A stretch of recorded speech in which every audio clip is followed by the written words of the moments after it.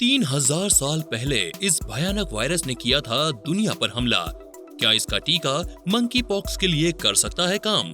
करीब 3000 साल पहले दुनिया में एक खतरनाक वायरस आया था। ये वायरस एक भयानक बीमारी का कारण बना, जिसकी वजह से मरने का 30% मौका था। यानी इस वायरस से संक्रमित 3 में से एक मरीज की 100% मौत हो जाती थी। एक मरीज जो इस वायरस से बच जाता था तो उसे स्थायी रूप से जख्म के निशान रह जाते थे। मरीजों के चेहरे हमेशा के लिए खराब हो गए थे। कई मरीज उम्र भर के लिए अंधे भी हो जाते थे।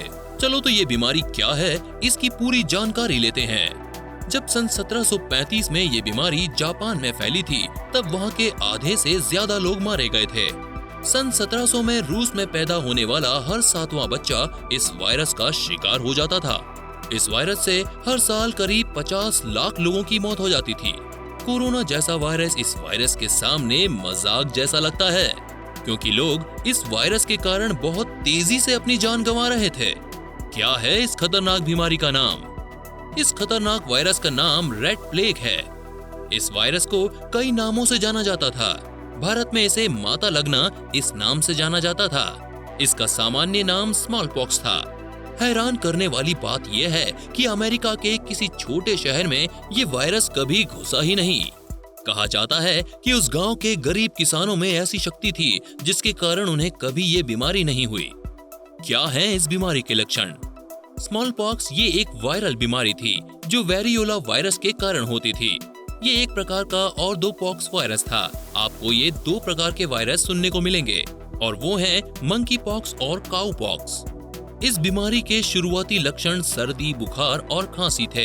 ये लक्षण काफी सरल लग रहे थे, इस वजह से अक्सर इसे नजरअंदाज किया जाता था और इस वजह से ये वायरस आसानी से फैल जाता था। इसके बाद शरीर पर दाने निकलने लगे और अंत में वे काफी बड़े हो जाते थे। कैसे फैल रहा था ये वायरस? कहा गया कि एक दूसरे को छूने के साथ साथ एक दूसरे के कपड़े, तौलिए, बिस्तर के इस्तेमाल से भी ये वायरस फैला।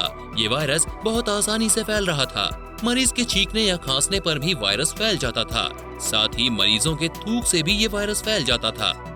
स्मॉल पॉक्स का टीका मंकी पॉक्स के लिए प्रभावी।